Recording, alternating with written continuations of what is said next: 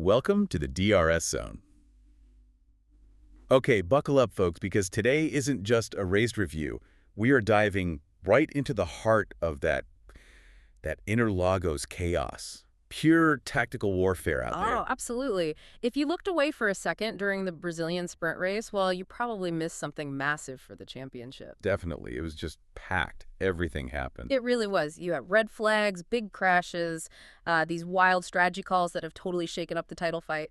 So our mission today really is to unpack it all. Right, like how those tricky track conditions led to the accidents. Exactly. And the tire strategies, that big split in the field, and crucially, what it means for LANDO Norris, because he's sitting pretty comfortably now. Yeah, that advantage is the big story. Okay.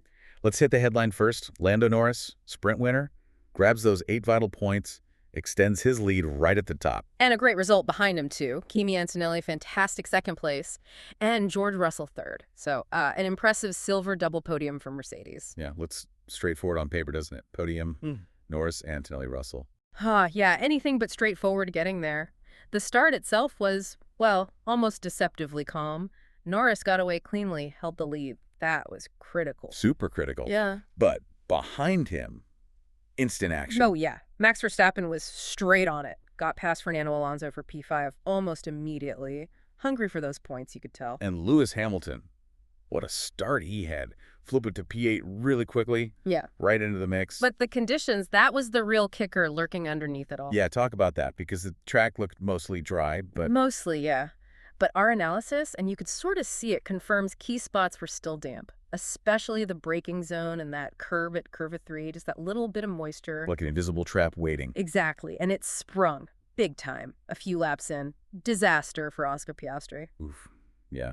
Coming out of the Senna SS. Just lost the rear end. Yeah. Snap sideways, boom, heavy into the barrier. That was a huge impact. Yeah. And massive championship implications right there. Like a proper hit to the championship for Piastri. Totally reset things for Norris and Verstappen, didn't it? Yeah. And the scary thing was, it wasn't just him. No. That same corner, those same tricky patches. Franco Colapinto lost it too. Nico Hülkenberg as well, though he kept going. But Colapinto was out. That corner just became like a black hole for grip. So much debris. Right. Damage to the barriers. Yeah. Had to be a red flag. Yep. Stop the clock, needed repairs. But then, even the procedure got messy. Right. First, everyone's thinking, okay, standing restart from the grid. Yeah. Gearing up for that. And then, nope. Change of plan. Race control reverses it. Suddenly, it's going to be a rolling restart. That must add so much stress, right? You're prepping tires and engines for one thing. Totally. It throws everything off. The final call was a rolling start behind the safety car, just one warm-up lap. Adds a whole layer of unpredictability. And while all that was going on, Max Verstappen was having his own struggles. Yeah, he was on the radio pretty early, wasn't he? Complaining the car felt unconducible. That's a strong word from Max. It is. He was visibly fighting it, running wide, losing time. Fell right out of the DRS train of the leaders pretty quickly. What does unconducible really mean in that context? Is it just grip or...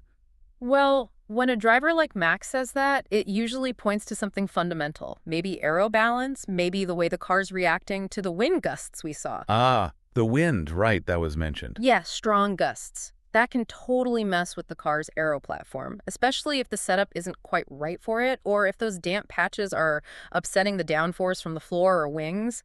Makes the car unpredictable, snappy. Clearly took him out of the fight for the win right there.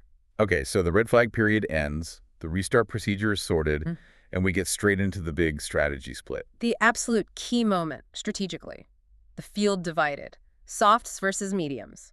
Norris and Alonso roll the dice on softs, going for that immediate pace, right? High risk, high reward. Exactly. But then you had Antonelli, Russell, Verstappen, Leclerc, Hamilton, all switching to the mediums, betting on durability, the long game. Which set up that brilliant fight at the front. Norris on the softs, trying to build a gap. Desperately trying to break that 1-second DRS window, he pulled away initially, even banged in the fastest lap early on. But Antonelli, on those mediums, he just wouldn't let him go. No way. The mediums were holding up better, clearly. Norris was fighting the tires, fighting the wind. There was even a radio call warning him about stronger gusts at turn 12. That must make managing softs even harder. All that extra energy, the potential for graining. Much harder. But Antonelli was just relentless. Our data shows he kept Norris honest, constantly dipping back into that DRS range or hovering just outside it. Even when Norris broke the DRS mid-race, Antonelli clawed it back, didn't he? Yeah. Down to like half a second towards the end. Yeah, he made life incredibly difficult for Lando on those older softs. Yeah. Really impressive pressure. And hey, while we're talking strategy and pressure, quick shout out. If you happen to be watching this deep dive on our YouTube stream, welcome to the DRS zone. We love breaking down all this action. So make sure you hit subscribe for more F1 analysis. Definitely subscribe. Okay, so while Norris and Antonelli are having that scrap for the lead, let's shift focus a bit further back, because Fernando Alonso was putting on a clinic. Oh, Alonso. P5 on those softs, which were clearly dying. And he had a train behind him. Leclerc and Hamilton, both on the faster medium tires, stuck right behind him. A proper DRS train, yeah. Yeah. And he just held them off. How? Textbook defending, using the car perfectly, positioning it just right. Leclerc kept trying, especially into turn 4. You could see Leclerc being a bit cautious, though, right? Maybe thinking about those damp patches offline. I think so, yeah. The memory of Piastri and Colapinto crashing there earlier. You wouldn't want to risk putting a wheel wrong. So Alonso just used that, held P5 for lap after lap. It felt like forever. But you knew the softs wouldn't last indefinitely. Exactly. Degradation eventually wins that fight. Lap 22, Leclerc finally made the move stick. Clean pass for P5. And as soon as Alonso lost that spot, Hamilton was right there, wasn't he? Yeah. Challenging for P6 immediately. Yep. Valiant defense from Fernando, but the medium tire just had the legs in the end. So the final laps wind down. The tension's still high, especially at the front. Absolutely. Lando Norris, soaking up all that pressure from Antonelli, just manages to hang on, crosses the line, takes the win, his second sprint victory this season. 8 huge points. Then Antonelli, Russell, Verstappen holds on to 4th. Leclerc gets 5th after passing Alonso, then Alonso 6th, Hamilton 7th, and Pierre Gasly gets the final point in 8th. Good haul for Gasly, too. But Interlagos wasn't quite done with the drama, was it? Even after the flag. No. That shocking late crash involving GABRIEL Bortoleto. Yeah, that looked nasty. Lost it on the main straight. Yeah, big shunt, hit the pit wall hard, shot across the track into the barriers on the other side, looked really violent. The steering wheel even came off, I think. Wow. Scary stuff. But thankfully the word came through quickly he was okay. Yeah, confirmed on the radio he was all right, which was the main thing. Just a final stark reminder of how fast and dangerous this place can be. And listening to the drivers after, you really got a sense of how tough it was. Oh, definitely. Norris admitted it was hard. Said the battle with Antonelli was tough, managing the tires, the wind. He even said the team actually expected better performance, which is interesting. Shows how high their standards are, I guess. Yeah. And Antonelli. He pointed straight at the very large degradation and how tricky the wind was making the cars feel. Backed up Norris's points.